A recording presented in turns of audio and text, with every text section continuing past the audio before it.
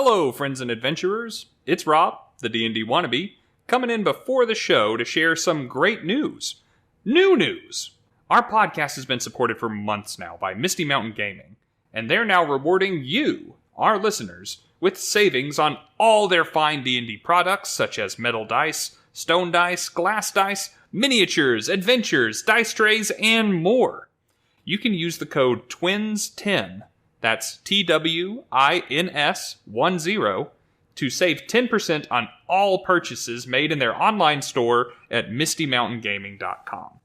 Every code redeemed helps support Steven and I, and encourages us to make more and better content for you. So be sure to use code TWINS10 whenever you're buying premium Dungeons & Dragons dice and gear from our good friends at mistymountaingaming.com. Okay, on with the show.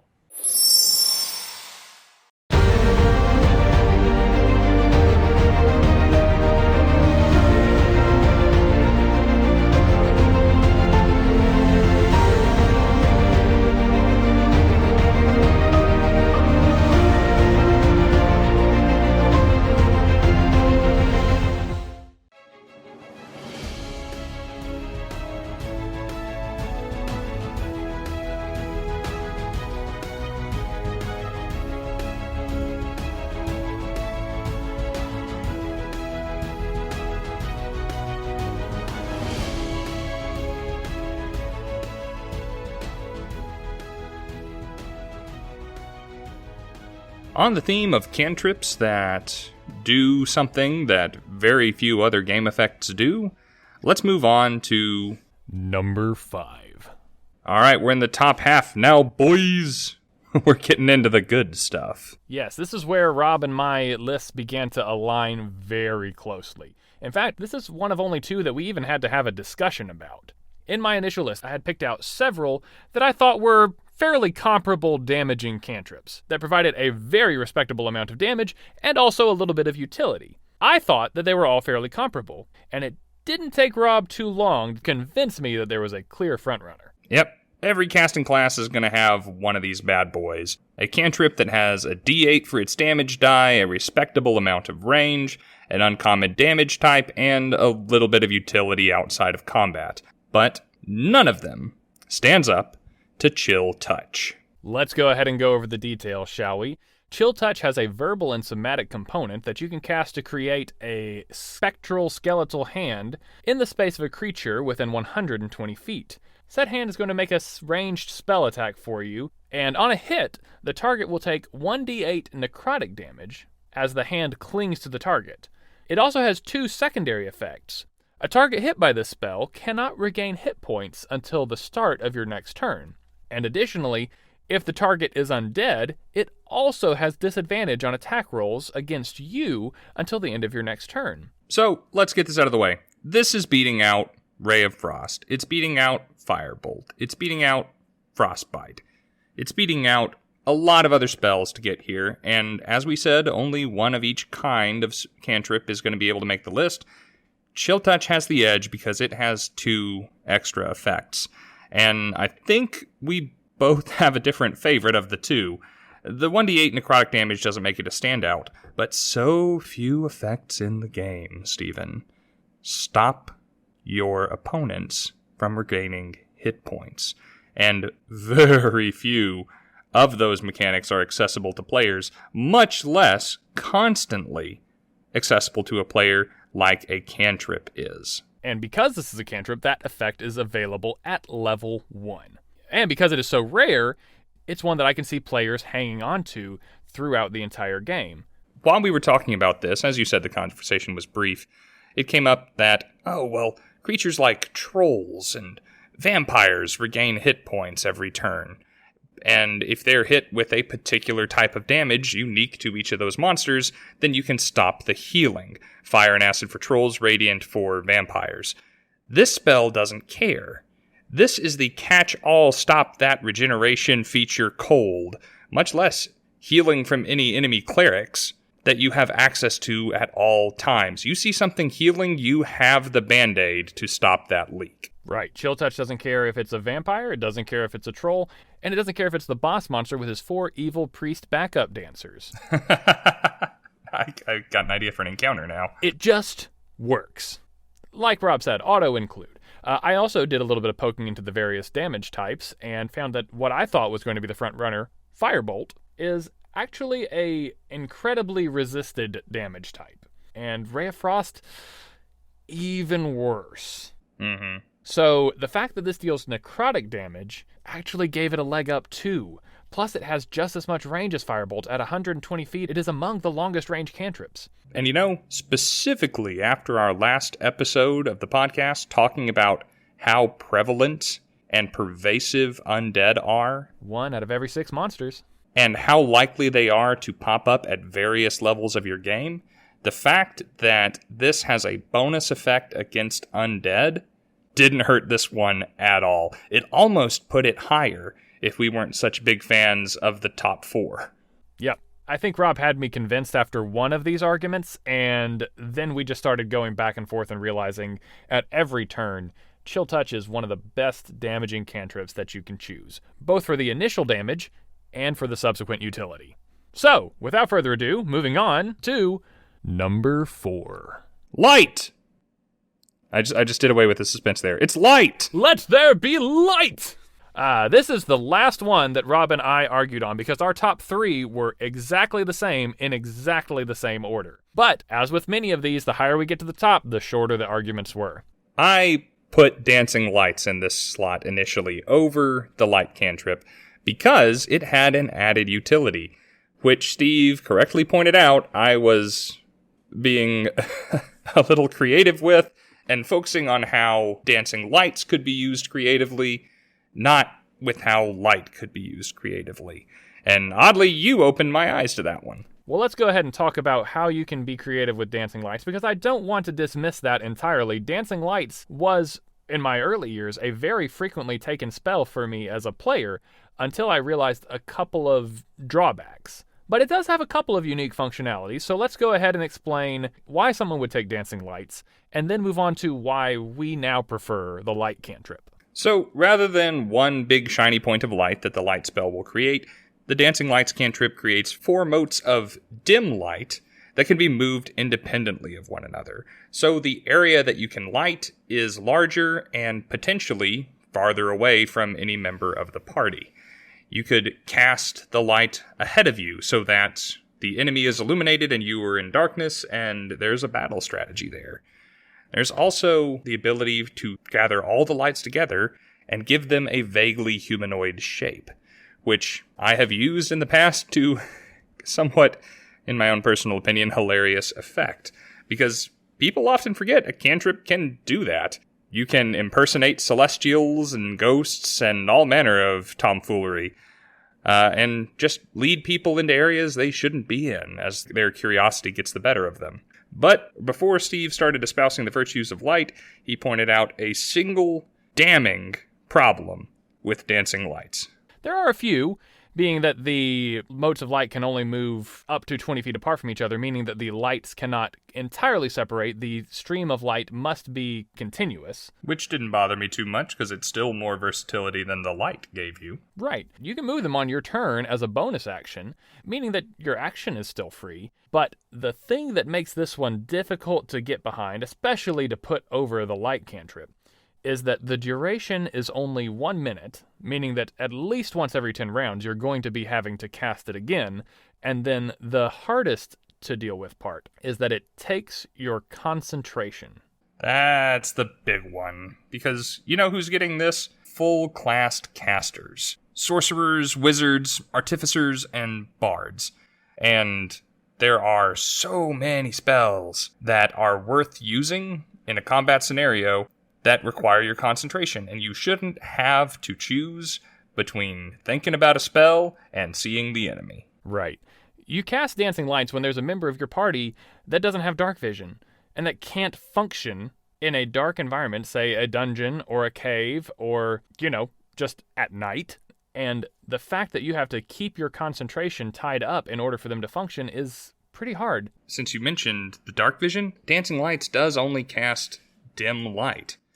And I made a whole YouTube video about dark vision and dim light being friends, but regular vision and dim light is still a problem. That's not what you want to shoot for. Yeah, it's a big difference, but it's not a total fix. Better than nothing, but not good. Well, there is the argument that, well, I just won't cast my concentration spells this combat. I'm kind of more of a damage mage anyway. That's all well and good, except that it's not just taking your concentration. Concentration, and this is the damning part. This is the part that sealed the deal on why it needed to be light over dancing lights, is that your concentration can be dropped. Not by you, but by your enemies. If you take a sufficient amount of damage and you don't roll high enough, they can put out your lights. Literally. They can and knock the lights out of you. Yeah, exactly. They can knock your lights out. That was the joke. You got it. Yeah, that's a problem because you're probably using dancing lights in scenarios where you can't see very well, where visibility is limited and you feel like you are in danger. So if someone comes up to you and you are providing the light source for the party, dim though it may be, and you get that knocked out of you, you're not the only person in trouble. Right. Dancing Lights is a great spell for exploration, but if you take it into combat, your lights might not be the only thing that's dim, if you know what I mean. Oh, spicy. DMs, if any of your players ever try to take Dancing Lights into the combat, make them regret it. You don't have to make them regret it. They'll probably regret it on their own at some point. Make them carry a torch. Make them relearn and take the light cantrip. Here's why light beats out dancing lights. Because we've talked about it this whole time just to justify why it wasn't the other spell. Let's actually talk about what light does. It basically does the things that dancing lights doesn't do. There you go. Light has a range of touch. You have to be right up next to something in order to cast it. Anything that you touch that is no larger than 10 feet in any dimension begins to shed bright light for a 20-foot radius and dim light for an additional 20 feet. This effect lasts for 1 hour and requires no concentration on the part of the caster. So you can cast it on something that you're holding or on something held by another party member. I think the classic example is casting it on the paladin's shield or the paladin's sword, depending on whether or not you want him to be able to stow it easily. And I say stowing because if you sheathe, say, the paladin's sword, completely covering said object with an opaque object, then the light is entirely blocked. It does not, however, remove the casting of the spell, it just no longer shines the light, giving you instant access to it whenever Paladin draws sword again. Plus, a really weird interaction, you can attempt to touch a hostile creature and target an object that they are holding or wearing. That target must succeed a dexterity saving throw in order to avoid having the object on their person illuminated. You could use light offensively to illuminate someone that you think is about to run away, and then just follow the beacon as it runs off into the cave. And it's stuff like this that made me really come around on light from a creative aspect. Again, like, provably, mechanically, it's giving you bright light. That's better than dim light. You don't have disadvantage to see things. It doesn't require your concentration, and though you have to touch something at the beginning, that's not that big of a hurdle. But it's those kinds of things that really get me excited about light. If you touch a enemy creature, you basically can turn them into a target in a dark environment. They are now the anglerfish. They are drawing the attention of things that you don't want the attention of. And there's also the example of casting light on a copper piece from your pocket. And you can toss that copper piece towards the enemy group, and once again, you're, just like with the Dancing Lights cantrip, able to pepper them from the darkness while they are well illuminated. Plus, the coolest thing that I've ever heard of anyone doing with a light cantrip: cast light on said copper piece, drop copper piece into a scroll case that you can then open and close the lid of to basically make a magical fantasy flashlight. Also very cool. You can cast it as a cantrip. It lasts for an hour. You don't have to buy fuel for it. You don't have to relight it. And then you can open and close the scroll to turn it off or on any turn as a free action. I don't know. I just got really excited about that. That just made light go from like number 8 to number 4 on my list pretty much by itself. Light's good. And because so many game effects, so many game effects. So many game effects. Ask that you be able to see something to be able to interact with it well. Light is pretty much a requirement for somebody in your party if one of those party members doesn't have dark vision. And let's face it, I've whined about this before. There are so many ways to get dark vision in this game and so many races that have it that it isn't even funny anymore, and it kind of devalues things like this in particular playstyles. We're not going to get into that here.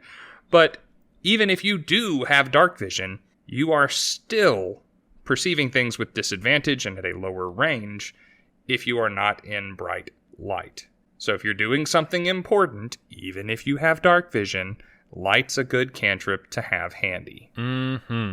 Guys, Aasimar was already my favorite race in this game, but at level 1, they get the light cantrip.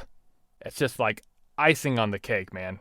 If you play an Aasimar, you can get light as any class, and that is just really fun for me. You know, you said this was going to be a shorter episode. We are pretty much on track to take up our normal amount of time, because we've still got 3 to go, and it's probably the 3 that we have to explain the least, but are the most excited to talk about. So, moving on, number 3. We're back to damage, man. You know, Rob, I don't think our audience is going to question whether or not we were going to include this cantrip. It was just a matter of how high it made it. Because I know, for a fact, that this is considered by many people to be the number 1 cantrip in the game. And those edgelords play Warlock. And I think the only reason that it didn't make it any higher is because it just deals damage. Well, it just deals damage. Until you get upgrades. Upgrades, people! Upgrades! The only truly upgradable, customizable, make-it-your-own cantrip in the game, Eldritch Blast. Eldritch Blast. Oh, baby, the Warlock's bread and butter. When we say that cantrips can be your auto attack, this is what we're talking about. This is pretty much all the Warlock does with their turn every turn. This is swinging a longsword for the Warlock, but it is so much better than swinging a longsword. In every way. In fact, unless you're a Hexblade Warlock, this is your go-to every single turn, to the point that the DM is probably not even going to ask you what you're doing with your turn. He's just going to assume. Let's go through a couple of the details before we get too excited about this, because we are going to be discussing it, initially at least, in its base form.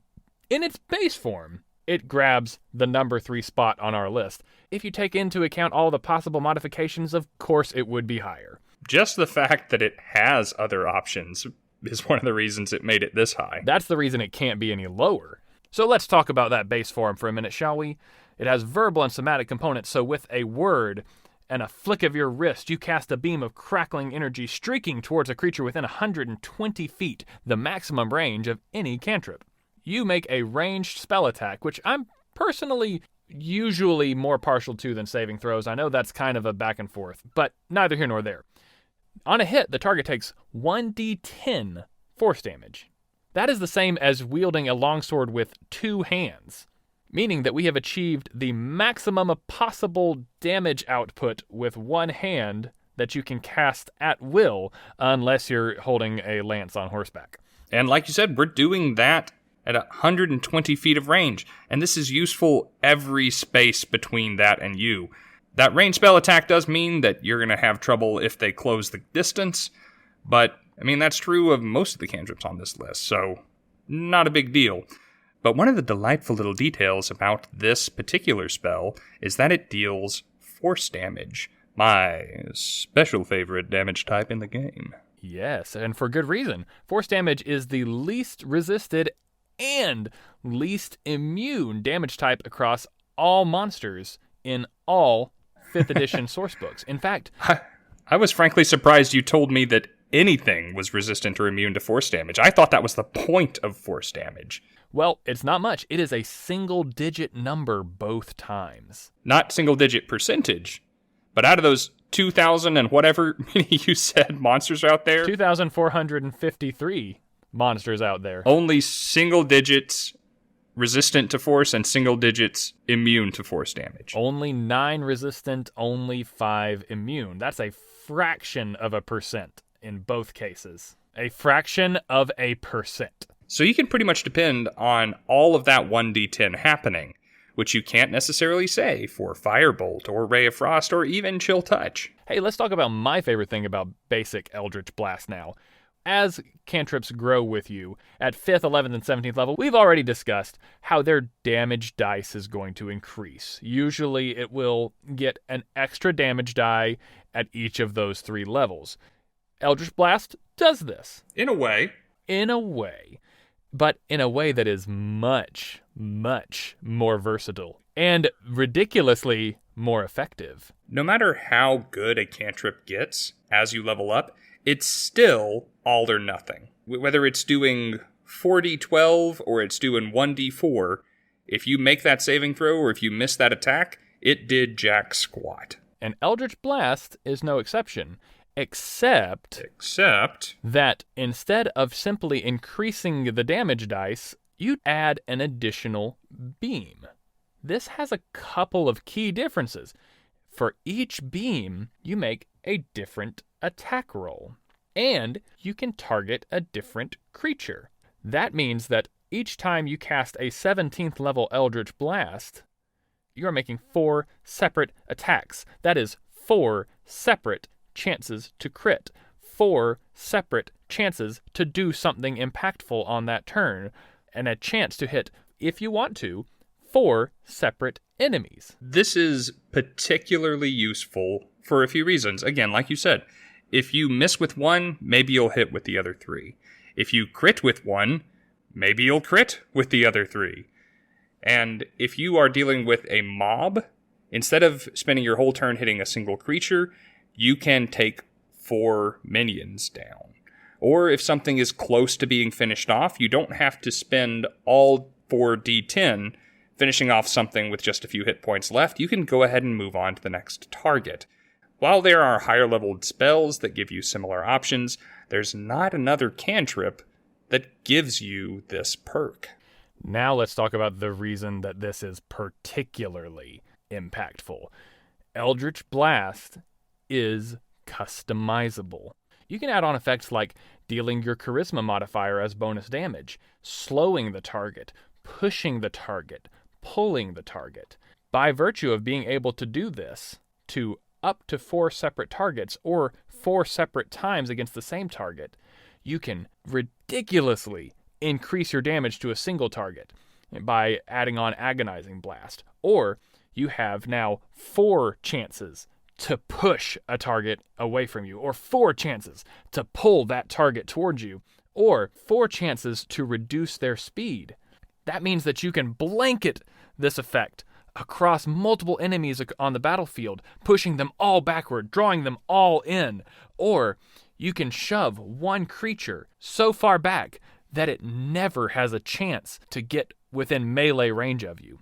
Or you can pull 4 creatures that are harassing the wizard so that it can leave without taking any opportunity attacks. 4 Beams just has so much versatility, adding even one of these Eldritch invocations that would allow you to customize it. Yes, and all of these customization options are coming from Eldritch invocations that you acquire either by feats or through leveling up in the Warlock class. So it's going to take some work if you want to get access to this cantrip if you are not a Warlock. But again, for Warlocks, this is not just your bread and butter, this is your favorite toy. You take a damage cantrip, which is already arguably the best damage cantrip, and turn it into your most useful utility spell. And you have other invocations too. You can start doing all of these things to targets up to 300 feet away with Eldritch Spear. Not so useful in the dungeon, but in the overworld, oh mama. Yes, like I said, Eldritch Blast is, in my mind, without a doubt, the best damage cantrip in the game in its base form. If we compared it against all other cantrips at level 1, I would probably still take Eldritch Blast just because it has 120-foot range and deals force damage. Then you add on to the fact that as you get a higher level, you can split it into multiple beams. Then you add on to the fact that it's customizable. Could not possibly be lower than number 3, in my opinion. Oddly, I think we're going to have a lot less to say about the cantrip that we put at number 2. Now we're talking utility cantrips. And purely utility cantrips. This is the first cantrip we have come to that has practically 0 combat applications. But it's just so good when initiative isn't being rolled that we had to give it the number 2 spot out of all 40-something cantrips. It's crazy to me that we agreed on this one. Not only that it should be in this list, but that should be exactly... Yeah, I didn't think you had that good taste. Thanks. Great, yeah. Anyway, our number 2 cantrip is Guidance. Guidance! It's basically a flare prayer. And it's number 2. Let's go ahead and talk about what it does. Once again, we have a range of touch. You reach out and place your hand upon a willing creature, and once within the next minute, as long as you maintain concentration on it, that target can add a d4 to any ability check of its choice. And, bonus, it can choose to roll the die before or after making the roll, meaning that there's no possibility of wasting it. But even if you did waste it, you can always cast it again. So, here's the thing. Guidance isn't good for everything. That's why I say that it has practically no combat applications. It's because it only works on ability checks. Right. This isn't Bless. You're not going to be adding this to anyone's attack rolls or anything like that. Right. To be able to do that, we have to cast a spell, like Bless.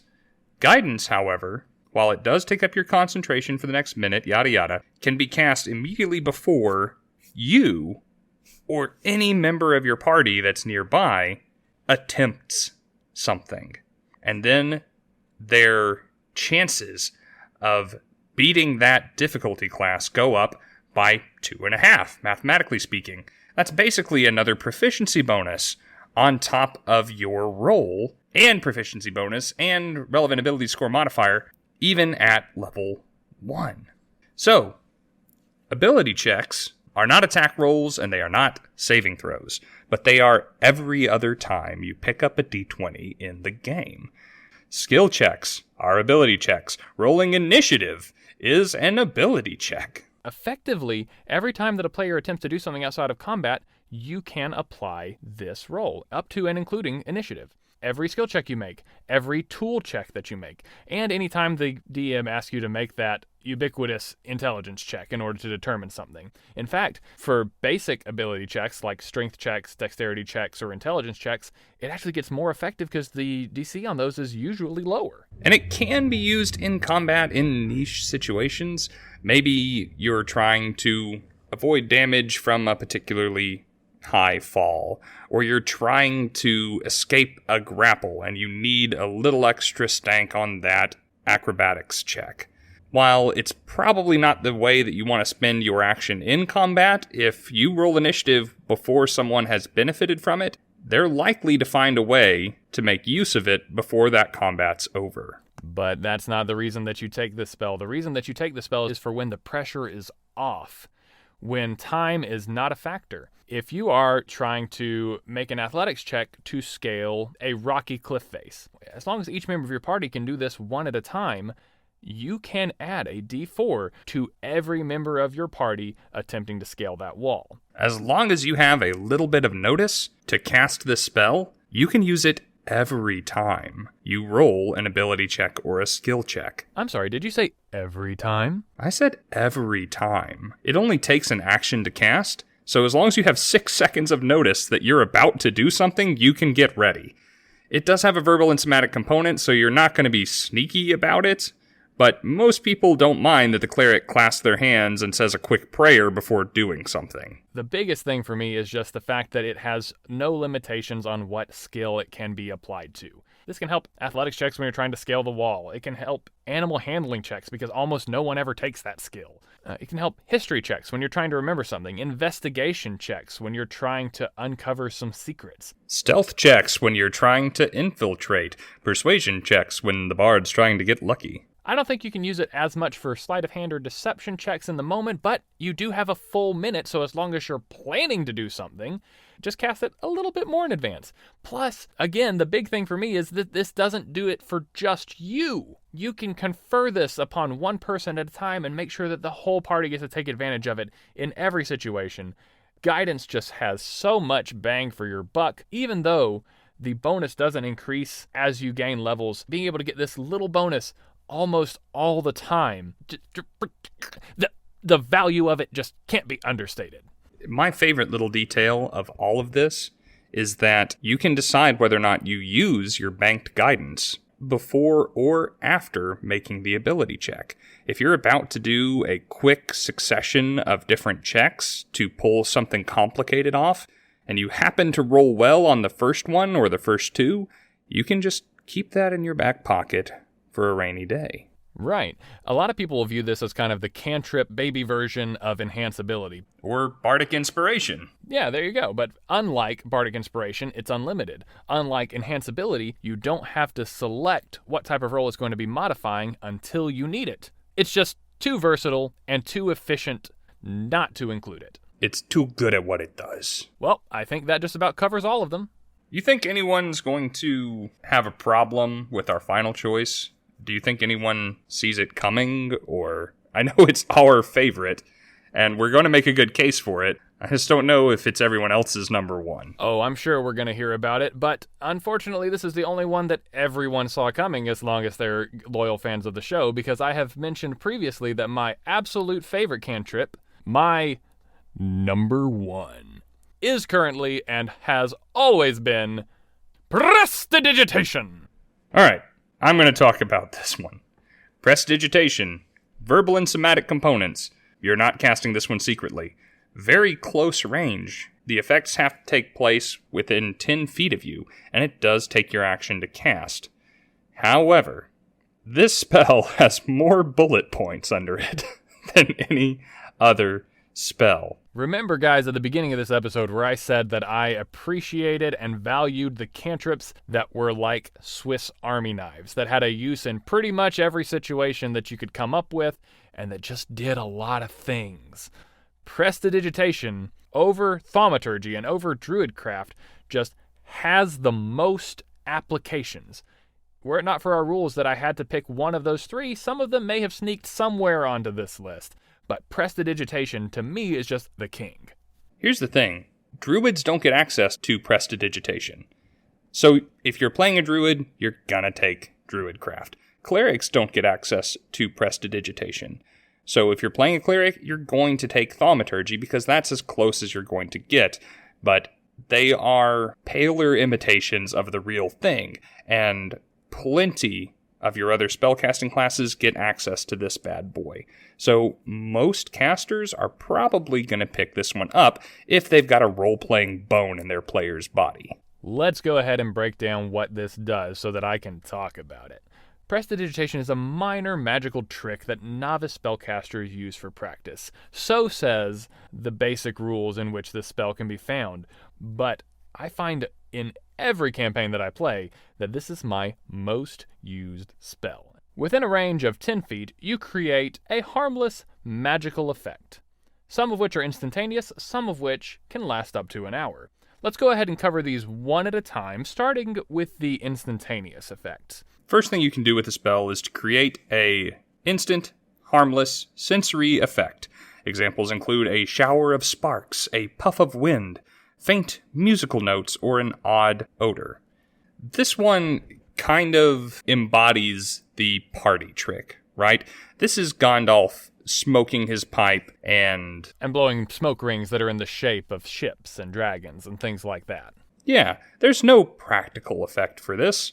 Really, it's just impressive. If you want to stand in perpetual hero wind, this is how you do it. If you want to make it smell or sound as though your rival at the party broke wind, this is how you do it. If you want your eyes to sparkle or your teeth to shine, this is how you do it. And you can even use it to have a little bit of harp music play whenever the object of your affection looks upon you. But I agree, this is a party trick. These effects that you can create are limited not at all in their scope, only in their magnitude. Ooh, good word, magnitude. The effect that you create has to be small, but other than that can be almost anything that your imagination can come up with. This admittedly, is not the reason that this spell is number 1 on my list, but it is fun, and you can use it to do lots of little things just for roleplay purposes. Yeah, it's never a bad thing to have this in your back pocket when you want to seem impressive, or to make the people that you want to seem unimpressive seem unimpressive, or even just to play pranks on the rest of the party. The issue comes with this particular effect that it does have to be instant, so it's over in a flash, and it does have to be harmless. You can create a shower of sparks, but it's not going to catch the tablecloth on fire. Plus, every 6 seconds that you want these effects to continue, you have to re-wave your hands and re-shout Alakazam. Yeah, that is, we'll come back to that, but one of the damning pieces, one of the few bad things that can be said about this spell is that it is intentionally not subtle. Right. You have to say abracadabra, you have to say presto, or you have to say please, other magic words like those. Now, let's go ahead and move on to the second bullet point, which I think that you will find maybe less entertaining, but really quite useful. Effect number 2 is that you can instantaneously light or snuff a flame, ranging in size from a candle to a torch to a small campfire. Notably, it does list those 3 flames specifically, so rules as written, you can't just go setting anything ablaze, but I find that most DMs are pretty lenient on that point. Here's the thing with that. One of the limitations of spells, and really with any class feature in the game, is when another class feature or spell specifically states that it can do something. So if it doesn't state that it can, the assumption should often be that it cannot. For instance, when you are trying to use Mage Hand to pick a lock using your Thieves' tools. Mage Hand doesn't say you can't, but the Arcane Trickster's subclass features specifically allow them to do that, implying that the regular Mage Hand is insufficient in such matters. Point of order, that's why Mage Hand wasn't on my list. It stayed on there for so long, and it's one of my favorite cantrips, but based on this ruling, which I unfortunately admit does make sense, it can't do a lot of the things that I want it to do unless I play an Arcane Trickster. Which you should absolutely play an Arcane Trickster. That is so good. Or take the telekinesis feat, which I do very often. But at any rate, that's why one of my favorite cantrips, Mage Hand, I have to admit, is not among the top 10. I'm sorry, go ahead and continue. So, there is a Create Bonfire cantrip, which basically lights a campfire, whether there is a campfire there or not. This does specify that there has to be some kindling, a wick, or some oil present for it to light these things. If it's not flammable, you are not burning it. It has to have fuel. So, being able to light a candle, a torch, or a campfire, basically things designed to be lit, I would lump lantern in with stuff like this. But probably not lighting things on fire that weren't designed to be lit on fire. And I think that is the distinction that they were trying to make here. Now, of course, if you want to light something larger, light the torch first and take a little time, but it's not the instantaneous effect that you might be going for. For that, take Firebolt. See, there is a reason to take Firebolt, even if it's not the optimal damage cantrip. It is the lowest level spell in the game that allows you to light something on fire that is flammable, but not intended to be lit on fire. And to do so at range. But that's not the fun part about this point for prestidigitation. The snuffing a candle, torch, or campfire is why this is so great. Weird point of order, DMs. If your party does not take the light cantrip and they do venture into said dungeon without dark vision, have you considered having a menial throwaway spellcaster who only knows cantrips, having access to prestidigitation, getting within 10 feet of said light source, and snuffing it? Because if you haven't, that's going to be a very fun encounter for you. Look, we already said with our selection of the light cantrip at number 4, being able to see, being able to control visibility on a battlefield is powerful. Huge. If you are trying to raid an enemy camp and they're all gathered around the campfire and suddenly they don't have that campfire, they're in trouble. If you're trying to sneak past a small patrol as you try and get into the castle to find out the whereabouts of the missing princess, and suddenly those human guards don't have their torch anymore, you are going to have no problem getting by them. And you're doing this with a transmutation cantrip. Yes, you are going to get within 10 feet of them in order to be able to cast this, and you are going to have to say presto digitation in order to make the effect take hold. But that doesn't diminish the final effect. It's not going to be a stealthy thing that you're doing here, but the fact that you can use prestidigitation offensively, to me, is hilarious. Now, moving on to the third bullet point, which, honestly, this one may be my favorite. This gets used more than any other function of the spell for me. If prestidigitation had this bullet point and any two others, I would probably still take it. And honestly, it might still be my number one. And you guys are going to think I'm crazy for this. But the fact that you can instantaneously clean or soil an object no larger than 1 cubic foot is weird. How many situations that comes up in? I mean, It's strangely beautiful just to be able to snap your fingers, say a magic word, and be spotless. Now, a cubic foot, even a halfling is going to cast that on himself 3 times. But in 18 seconds, he can go from a dirty hobo in need of a bath to being ready for the ball. And that is just incredible. A lot of my magic casters are somewhat sophisticated, maybe a little bit foppish, maybe a bit of a dandy. Kind of self-absorbed, and they never neglect to bring prestidigitation, because at some point, the rogue's going to drag them down into a sewer, and they're going to need to get all that stuff off of them before they go back above ground where anyone's going to see them. Okay, let's just talk about the day-to-day life as an adventurer. There is a lot of stuff that you're going to do that's going to make you dirty and sweaty. If one person in your party has prestidigitation, no one ever has to bathe or do laundry again. Ever. You will never buy soap. No one in your party will ever bathe. No one will have to smell the druid. No one will have to smell the ranger or the barbarian, even if they transform into a bear or a goat or something like that. That alone has great roleplay potential. Imagine the barbarian just getting up in the guts of something as they're fighting, and then seconds later, by the virtue of one of their spellcasting friends, being ready for society again. Imagine owning a horse and never having to put in the effort to clean that stable. Just because you're cleaning up things a cubic foot at a time, there's not a limit to how many cubic feet of materials you can clean with a spell. It's a cantrip. If your day job is just to clean things, you've got it easy. And in one of the campaigns that I'm in right now, this play-by-post that I've been doing, I will talk about that more on this podcast at some point, but a regular task every week is that players will be compensated to go and help shopkeeps, stable owners, farm hands, and things like that with daily routine tasks. There's almost always someone that needs help cleaning something, and they're willing to pay a couple of gold to see it done. And while for some people that might take hours, and the job might get done so-so, halfway, anyone who takes the prestidigitation cantrip, it's just a matter of, can you see the muck? And can you get within 10 feet of it? You can disappear it. We're still only talking about just the cleaning aspect of it, but let me keep going with that.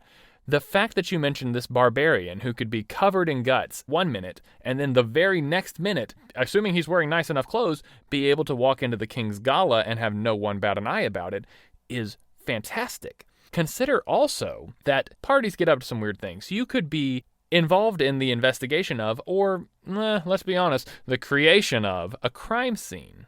And using a cantrip like prestidigitation, you can completely remove all evidence of that crime scene from the scene, or from yourself, or both, in seconds. That could make you the greatest uncatchable career criminal who leaves no trace of their passage except for their calling card. I love that. Just being able to erase the scene of a crime perfectly. With a cantrip! Every mob, family, or gangster movie is going to have the cleaner. The guy that goes in behind the enforcers and makes sure that there's no trace left behind. Everyone with prestidigitation has the ability to be the best darn cleaner in the Forgotten Realms, or your homebrew setting. Speaking of the mob, can you imagine the mob just sending in a team of 5 level 1 wizards to go in and within seconds cleaning up an incredibly large space and getting in and out just moments before the constabulary arrives. I love it. I was thinking of, I know you and I have both watched The Boys. Mm-hmm. In the first season, when Translucent has that thing happen to him that happens to him, and just the mess that makes, and how they spend the better part of that episode cleaning that mess up, that is the power of prestidigitation, my friend. Would have taken minutes. And then, of course, that's only referencing the cleaning half of this one bullet point and all the different creative uses you can do with that. You can also soil them. If someone else that you don't like is getting paid to clean the stables, you can unclean them in seconds. I've heard a lot of players argue that soiling an object no longer than 1 cubic foot can be applied to the guard captain's trousers. And you can simulate the soiling of the guard captain's trousers. That would explain the odd odor you created with the other instantaneous effect. You wouldn't even need the instantaneous effect. You wouldn't even need to simulate an odor, because prestidigitation is a cantrip that I alluded to earlier that does create certain permanent effects. Of course, they're fairly limited in their scope, but they are permanent. And I think that there are a lot of applications for something that you can do over and over again that makes something real. So soiling is an interesting one. My creative juices are not perfectly flowing on this one because I note that it doesn't specify how you soil something. But you take something that is clean and you can make it ambiguously nasty. Right. And if that's not an offensive cantrip, I don't know what is. I don't know that you can use this spell to create a particular blood splatter effect on the wall that Dexter would determine meant that the rival adventuring team was to blame, but I think that's going to be one of those that's a little bit up to DM discretion. This is a very vague spell, and whereas in many cases I would appreciate the specificity that tells me exactly what I can get out of it, for some reason with prestidigitation, I like how open-ended it is. As someone who runs for a lot of people who take prestidigitation, I do have to keep coming back to that first sentence, but we'll get there. Let's make it through. We're only halfway through. Right. Let's go ahead and talk about the 2 types of effects that can last up to an hour. The next one on the list, you can chill or warm or flavor up to a cubic foot of any non-living material for the next hour. This is a strange one. Yeah, I'm thinking mostly food. You can make sure that your bard, sorcerer, warlock, wizard, and their party never have a cold meal again. You can also make sure that you never have a warm beer again. And I think that there is a little something to be said for that, but maybe that's just the IPA lover in me. Also, if you have a picky eater in your party, anything can taste like anything. As the dad of a 4-year-old, I would love everything to taste like mac and cheese. I knew you were going to say mac and cheese.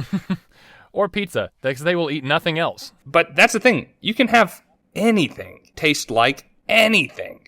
If you want the table leg to taste like marinara sauce, you can do it. You can make a bet to someone that you will eat your hat if they can accomplish that feat, and you can make your hat pretty tasty so that it's not actually that bad of a proposition.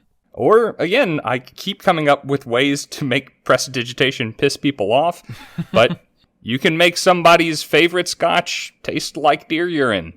Doesn't matter. It doesn't say specifically that you can specifically identify the flavor, but unlike other spells, there's not a spell that specifically gives you the ability to do that, and I don't think that a spell that just makes something more flavorful is very interesting. Being able to change the flavor of something to something else specific, especially when you have to say presto before you do it, is just fun. Yeah, I think rules as written, this would imply that you could change it to basically any flavor. You could change that shoe that your dog is gnawing on to taste like steak. And then the guard captain will have no idea what happened to his boots. I don't know why I've got it out for guard captains today. Anyway, you're not going to make anything hot or cold enough to deal damage. This is another... Or even freeze it or boil it. Right. This is another one of those roleplay heavy ones that you can just find some creative uses for. Weird that I couldn't find a lot of creative uses for Minor Illusion, but I could think of a ton of ones for prestidigitation. That is frankly weird. Anyway, moving on to the next bullet point. I'm not going to spend too much time on this one. You make a color, a small mark, or a symbol appear on an object or surface for 1 hour. This can be effective for communication if you add, like, say, an arrow to the wall on this dungeon in order to direct the rest of your party which way to go or which way not to go. Right. Symbols are used to mark and communicate. If you are a thief that knows thieves can't, you can leave a already encrypted message with a timer on it for anyone that is trying to follow you, and then eventually leaves no trace behind. You can also, if you are perhaps gambling or running a quick con, create a mark on a particular P in a cup and shell game, or something similar, and then have that mark vanish or appear later on. If you want to easily identify, easily direct, or convey simple messages for a short term and a short term only, there's basically no better way to do that than this cantrip. Some immediate uses that come to mind from literature or video from popular culture are the symbols used by the Thieves Guild in Skyrim, wherein a symbol was inscribed into the doorpost to tell you whether or not this was a mark, whether or not this was a guild hall, or various other messages that would be useful for a thief to know. In addition, this sounds a lot like what Gandalf did to Bilbo's door at the beginning of The Hobbit, where he inscribed a magical mark that told all the dwarves where the party was happening. Or, the way this is phrased, and some DMs may argue with me on this, if you weren't too worried about being subtle, you could even change the face of a playing or tarot card to various effects. When it says a symbol there, I would get a little squiffy on how complicated that symbol could be. Kind of in the same way that I would question how great a color you can make appear on an object or surface. As we were talking about this one, I joked that the prestidigitation cantrip could not change the color of a castle, or maybe even a single wall of the castle, because, I mean, at the end of the day, it's a cantrip. You know what I mean? So... Now, that being said, a lot of the different aspects of this spell will define an object or an area. However, when it does say you make a color appear on an object or a surface for 1 hour, no such size is specified. So if you wanted to change the color of your cloak to that of, say, the guild that operates within this town, that shouldn't be a problem. Perhaps not. Or you could direct people to come and meet you at the house with the red door. A door that would only be red for the hour that you needed it to be. If you know that a spy is going to be looking for a contact who's going to be wearing a golden mask at the masquerade ball, you could change the color of the golden mask, potentially without the contact even knowing, and then change the color of your own mask to be golden. Because a point that we haven't mentioned yet is on these two effects that last for an hour, you can have up to 3 of them going simultaneously. So this is yet another one of the aspects of prestidigitation that is fairly open-ended, and because you can do it multiple times, has a lot of different applications. The final bullet point under prestidigitation is that you can create a non-magical trinket or an illusory image that can fit in your hand that lasts until the end of your next turn. This one is perhaps the most and the least limited in different ways. This is the least permanent of your effects, since it can only last up to 6 seconds, and it is the smallest of the effects that can be created, something that literally fits inside of the palm of your hand. The difference is, as Steve likes to correctly, I believe, point out, that thing is real for 6 seconds. Yeah. This is the one that I feel like I am the most excited about and may have used the least, because until this week, I hadn't really thought very much about how that object is real. I've always focused on that illusory image part of it, where you make something that's not real and lasts for a couple seconds, but you can also make something that is real. By the fact that it specifies trinket, I would think that it couldn't be a weapon, but basically anything else that you need, you could legitimately have appear in your hand. Now, this could be a signet ring if you needed to show if you needed to give proof of a false lineage, or for that matter, a real lineage. It could be a tarot card. It could be a playing card. It could be a die if you were trying to do a little bit of gambling. It's just anything that is not in your pack that can fit in your hand that you need for a very limited amount of time or that you need constantly, this spell could create. I personally like the idea of always having a straw so you don't have to drink out of the glasses that everyone else uses at the bar, but also quickly flashing a badge at a local constable to assure them that you are one of them. As long as they don't need to take it into their hands, as long as they don't need to investigate it, and as long as you can quickly shove that hand back in your pocket like you still have it, you're good. And you know what? You could say, voila, or, it just depends on what your verbal or somatic component might be for the spell. You can get away with a good bit just with some charm and audacity creating these things. Again, it's going to be pretty obvious to people that you're casting a spell, but some people out there are dumb. I'm thinking of the Prestidigitation cantrip is just the perfect self-care cantrip too, isn't it? I mean, the cleaning aspect of it will make sure that you never need to bathe, and this aspect of it can make sure that you constantly have a hairbrush if you need one, or scissors to trim your facial hair. It is a solid one. I mean, as long as you don't mind constantly talking while you create scissors as you intone the magical words. Hey, you and I play bards and sorcerers. They have no problem with constantly talking. The problem is getting them to shut up. Of course, that could also be said of us. At any rate, as previously mentioned, the last point of this spell is just that you can have multiple of the non-instantaneous effects going on at the same time. So, lots of fun, lots of shenanigans. A little bit of setup, but some cumulative great things can be achieved with a little creativity. I will happily cede to anyone if they want to put a damage cantrip first because that's just who they are and how they play. I will understand. But as someone who very much gets into the roleplay aspects of this game and who wants to push the limits of their limited creativity, my top cantrip can never go to anything but Prestidigitation. No contest. And I completely agree it deserves the top spot.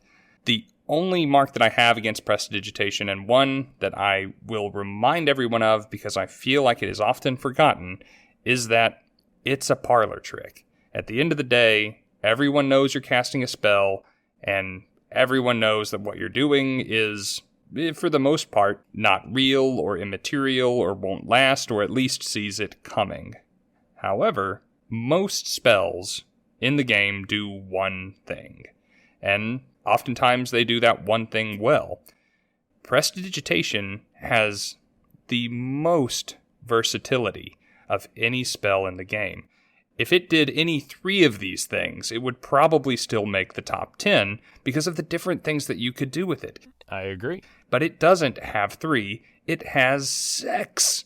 It has 6 different things you can do with it, and 3 of them can be going on at any given moment. Who cares if you have to shout a magic word and wave your magic wand? It's just cool and functional and flavorful and as versatile as your creativity can allow it to be. Right. And to your point that this is a parlor trick, as it basically says in the text of the spell, you are correct. However, because it can produce permanent to semi-permanent effects, the fact that it is a parlor trick is only going to be obvious if someone sees you casting it. Hence the applications such as cleaning up the crime scene and things.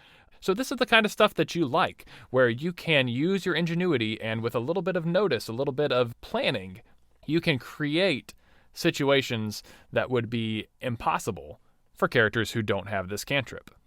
For instance, no one who doesn't see you clean the crime scene will know that anything ever took place here. No one that doesn't see you change the color of your cape or your mask will know that you're not the person they're looking for. Or, conversely, that you are the person they're looking for. Well, see or hear, but that's also kind of the fun of it. If you're using this to turn a corner and change the color of your cloak to blend in with a group of monks going down the alleyway like Altair in Assassin's Creed, you can do that. And there's a little bit of ambiguity that even though they hear abracadabra from around the corner, they don't know which of these effects you just activated, even if they have a deep understanding of the spell. So there is some fun in that. And that is why Prestidigitation takes the top spot. But truly, this was a somewhat difficult list to make, even though we mostly agreed upon it, because it's hard to find just an absolutely terrible cantrip with no applications. pretty much all of the cantrips in the game were well designed. They do something fairly unique that you might want to cast over and over again that is particularly useful at a certain point in the game, in a certain situation, at a certain level, and doesn't really get much less useful for the most part. And many of them do actually get more useful as you progress in levels. So it's hard to single out any as being particularly bad. So that's why we didn't do this as a top 5, bottom 5 list. Because, try as we might, it's hard to parse out which 5 would take the bottom spots, because just about everything is useful in some situation. However, there is one cantrip that should not have been created. One cantrip that should never be cast. And if you listened to the intro of this episode, you know which one that is. Yeah, so we can't go all this time talking about all of the great cantrips and not mention the one that's actually bad. And so we come to number 46. There's no excuse for taking True Strike. There are mathematical reasons for this. We will not delve too deep into them, Stephen. Are you telling me or are you telling yourself? Because I saw your list. I'm telling you. There is a rabbit hole on the internet that can be gone down if you really want to have it broken down. But the True Strike cantrip does something that sounds good, but is worthless in practicality. Okay, you know what? On this one, I'm just going to let you take it away. I have 4 or 5 points that I think you're probably going to make for me, so go ahead, Rob. Why is True Strike the only truly bad cantrip? So, this cantrip takes an action to cast, has a range of 30 feet between you and the target of the spell. Only somatic components, that's nice. What you do is you point your finger at a target within range. The magic grants you a brief insight into the target's defenses, and on your next turn, you gain advantage on your first attack roll against the target, provided that the spell hasn't ended. Mm-hmm.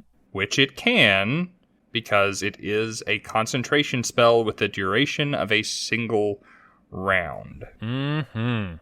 So like I said, on paper, sounds nice. Do a little nothing of this turn to give you a better chance of succeeding on the next turn. But kinda how we came at Eldritch Blast being better for having multiple opportunities to hit, and consequently multiple opportunities to crit, is what makes True Strike's casting so damning.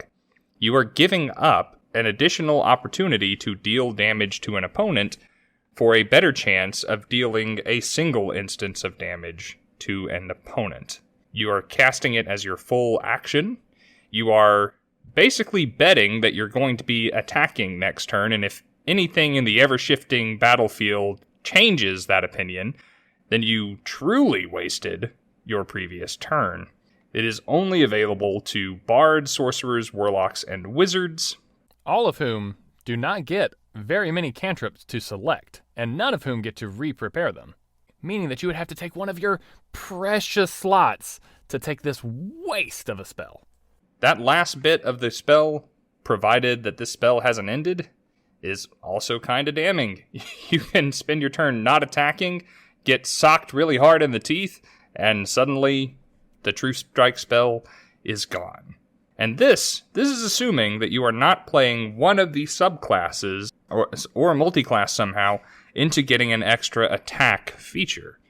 Because at that point, you are spending your action, not one of your attacks, but your entire action, to give a single attack on your next turn, your first attack on your next turn, twice the chance to hit. Which is double the waste. Yes, you're multiplying the amount of attacks you are burning in order to gain a better advantage on a single attack of the multiple attacks that you would be taking on your next turn. It's just so bad. I mean, the D&D community pounced on this cantrip pretty much immediately. The people writing the game, I don't know how they thought this one was going to get. I don't know if this was an inside joke. I don't know if this was I wonder how many idiots we can get to take this spell. I wonder if this has a tradition that I don't know about in the game from previous editions that they were trying to honor or reference, but there's just not a practical reason to spend an action, the most important part of your turn, casting True Strike. And you know what? Everything that you've said about it is pretty bad. All of that is true, and all of that is terrible, which is terrible that it's true. What makes it even worse is you, as the Bard, Sorcerer, Warlock, or Wizard, cannot even confer this ability to a Paladin, or a Barbarian, as if they'd need it, or a Fighter, or a Ranger, or a Rogue, which would be great, because then they would get sneak attack, regardless of the other circumstances. No, this is exclusively a benefit that you confer upon yourself. Right. You know, if you could cast this on the martial character whose turn came after you in initiative and get an immediate benefit out of it, I would have nothing to say. It would be niche, but it would work. It would do its job. I would argue that even with that, it might still be the worst cantrip. It would have a shot at moving up to the 45th spot instead of the 46th spot, but it'd still be really bad. But the fact that you can't even do that means that it has to be the absolute worst cantrip. So, and look, there's a lot of ways to get advantage in this game. Okay? There's a lot of spell effects, a lot of class abilities, and they don't stack. You can't have double advantage. You can't have triple advantage. It does nothing for you. So this burns a turn to get something that you might have on your next turn anyway, depending on the ever-changing circumstances of combat. If you cast this spell and then the cleric hits the target with a guiding bolt, you're going to look stupid. You're going to be so embarrassed. Hey, Rob, you want to know something that's kind of weird about the True Strike cantrip? Lay it on me. Any character can do the exact same thing at 1/6 the range with the help action. But for other characters, which is better? And they don't have to waste one of their valuable cantrip spots to do it. And they don't have to concentrate on it either. Right. There's no way it can fail. It's a can't miss opportunity. All right. Jokes and truths aside, True Strike is bad because it only lasts for a round. Don't take it. Provides a stupid benefit that can be found many other ways. Don't take it. It can only be conferred upon yourself. Don't take it. And you are always better off just making an attack on this turn and next turn rather than conferring advantage upon yourself for next turn that you might lose, by the way, and that you can't concentrate on other spells while you're doing it. And that's even if you only get one attack per turn. Does that pretty much sum it up? Don't take it. If you didn't listen to anything else in this episode and you made it this far and are just being woken up by the sound of this plea, don't take True Strike. Yeah, say screw these guys and their top 10 list. I like these other weird niche cantrips. If you decide not to agree with us and never listen to us about anything else that we've discussed so far in this episode, don't take True Strike. Your party will come after you saying that you're trying to instigate a TPK. They will argue that you are actively helping your opponents, and they will be right. There's effectively nothing you could do that is more useless than this in some arguments. You could go and try and put out a fire. You could go and try and make a friend. You can go and try and sell the rogue's equipment while the rest of the party is in combat and make a few bucks, and you will have spent your time better than casting True Strike. You could throw yourself into a spike pit, and you would still be spending your time better than casting True Strike.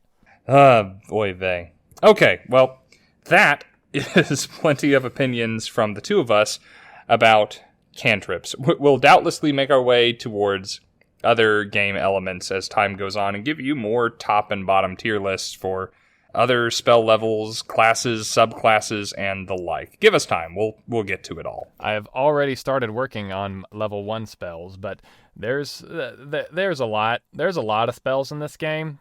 Especially at the lower levels. It's almost easier to start at the top. There's over 500 spells in this game, guys. It just give us a while. We have more things that are more fun coming down the line, but we will continue to drop in little episodes like this because who doesn't like ranking things? And the contention that comes from doing so. So, cantrips-wise, what are some of your favorites? What makes your own personal top 10? How are the ones that we chose wrong? Best way to let us know is in our Discord. Though we're also on Twitter, Instagram, Facebook. You can find links to all of that in the episode description. Come tell us why you agree or why you disagree. Let me be the first to say to all of you out there who have been with us from the beginning, happy anniversary. Oh, hey, yeah! Yeah, we released the first episode of this podcast last year in June when we were on vacation, if memory serves, and that vacation has come and gone. And this is the first episode that's going to be releasing thereafter. So thanks for listening in for the past year, and we are very excited to start year 2 with you as well. As we kind of teased towards the end of the last episode, we do have some different plans, shall we say, to try and keep things exciting and give you some different kinds of content here on Bardic Twinspiration. Stick around and find some of those out, or again, join the Discord for some sneak peeks as to what some of that might be. Things are already in motion. It's coming. As Steve said, thank you guys so much for your support, whether you are a longtime listener or a new one. Making this podcast started as something that was just fun for us to do, and I reckon it's still just something that we're doing because it's fun for us to do, but some of you have been helped by it, and at the very least, some of you have enjoyed it, and hearing that from you has really encouraged us and kept gas in our motors to keep making more content like this for you. So, we're not planning on stopping anytime soon. Speaking of supporting us and keeping us encouraged to keep making more content for you, a great way to do that would be to drop us a review on Spotify or iTunes or whatever your podcast app of choice is. The more 5-star reviews we get, the more people we can reach with our content. And we would love a couple of words with an honest review of how we're doing and what you're enjoying. And if you don't want to depend on the algorithms of these various platforms to help us get exposure, a quick share of one of our episodes really does help us out a lot. And if you're interested in supporting us in a financial way while also grabbing some sweet D&D gear for yourself, check out MistyMountainGaming.com, a premium dice company offering acrylic, resin, metal, stone, glass, and even bone dice, as well as dice trays, dice bags, and some really awesome premium miniatures that are more unique and intricately designed than I have seen in many other places online at very affordable rates, by the way. And to make them even more affordable and support this show, you can use discount code TWINS10 at checkout to save 10% on all your online purchases, and your savings will be attributed to the podcast to help us keep it going. That's code TWINS10. All the proceeds go to help Steve's starving family and help them put up with them. Please, guys. Pizza and mac and cheese aren't that expensive, but when you have to have them for every meal. 4-year-olds are picky, man. All right, well, I think that'll about wrap it up for us. Yep, that'll do it for us this week, guys. We will be back with you again in a couple of weeks for our next installment and for Season 2 of Bardic Twinspiration.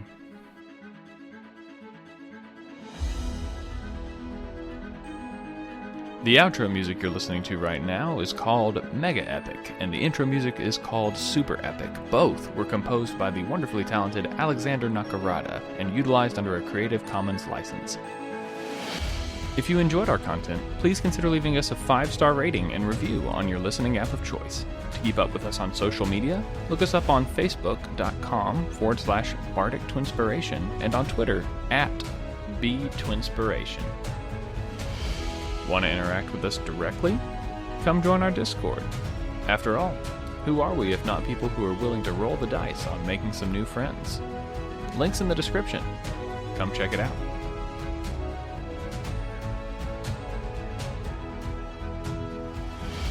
Do do do do do do do do do. Investigation proficient. Let's say that I'm an arcane trickster, one of my favorite subclasses to play in the game, and I'm on the run, and I need a quick way to shake my tail. People tailing me. You understood that, I hope. Shake your tail feathers. That's a Kinku rogue right there. That's a kinky rogue right there. Yeah. It just works. Little Bethesda reference. Todd Howard for anyone who cares. Anyway. You gotta fight for your right to continue to fight. Ho-ho. True strike!